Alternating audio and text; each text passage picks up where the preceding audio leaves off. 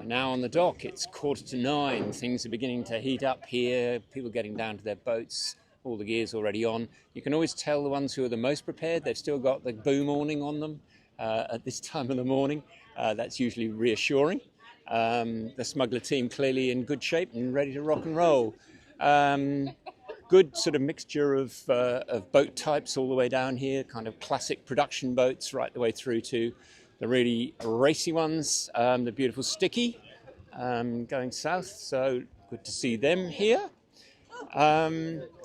This weather is already beginning to kick in, so we can feel it, and you look at the flags here, those are already showing a good 15 plus knots at the moment, and it'll probably get up to 22 plus, I should think, along the way.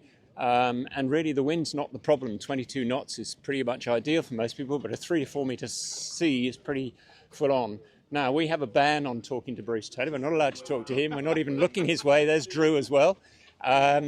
We are only allowed to talk to them when we get to Hobart. So we'll do some vision, and then we'll wish them good luck, and then we'll just see them down the other end.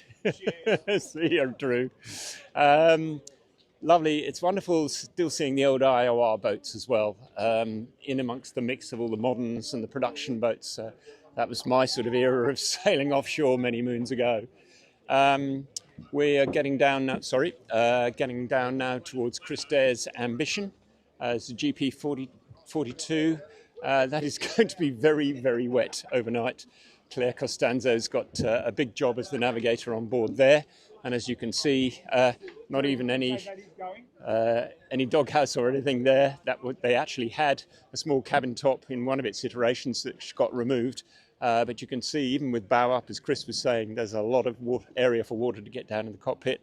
And actually, at the Admiral's Cup for the GP42s, the biggest single thing pre-fasten it was all the waterproofing that was going on, just trying to make sure the water doesn't get below.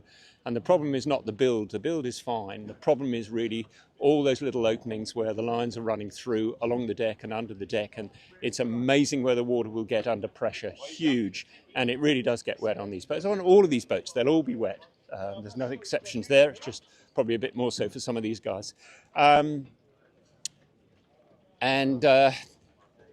Mini. So it's nice to see Zappa going south again in mode there. G'day guys, good luck. Zappa Bell, and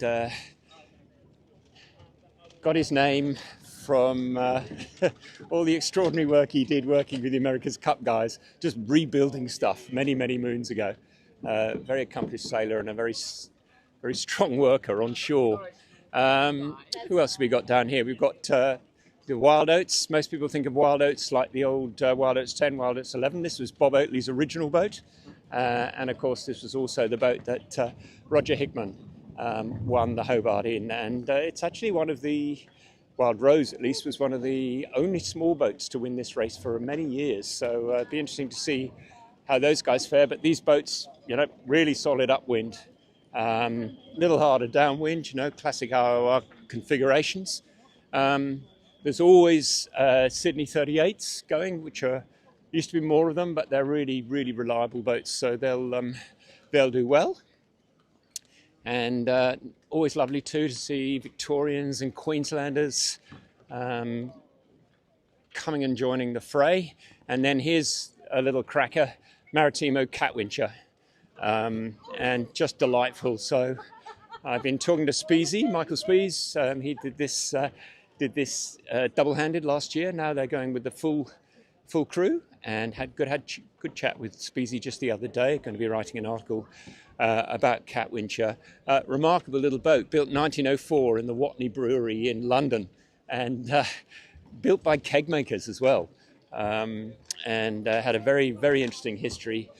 Eventually ended up with a bunch of English guys who decided they were going to migrate to Australia, came over in the boat, young guys, and ended up being told, do you want to come and do the race? So they said, oh yeah, why not? So they came and did the race, did the Hobart race back in the 50s.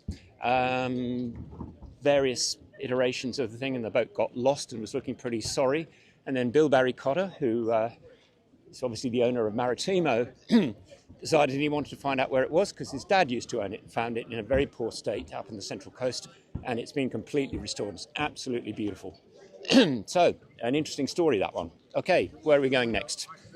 Clockwork, there's Marianne Harvey and Andrew Lloyd, and this boat has done an awful lot of sea miles and comes up from Adelaide, and they've been doing great work too with charities, particularly around people who are homeless, putting on washing. And division winner last year. Well said. Thank you for that, little one. Righto. Then we sort of moved down past all of the start boats and the likes, and we come past a tow cutter. So this is a Robert Hick design, small but fast, and twin rudder, and an unusual cabin configuration, but that's they're going to go well. So we might do a shortcut and then move on to another arm and see if we can get a few more people to talk to. See you shortly.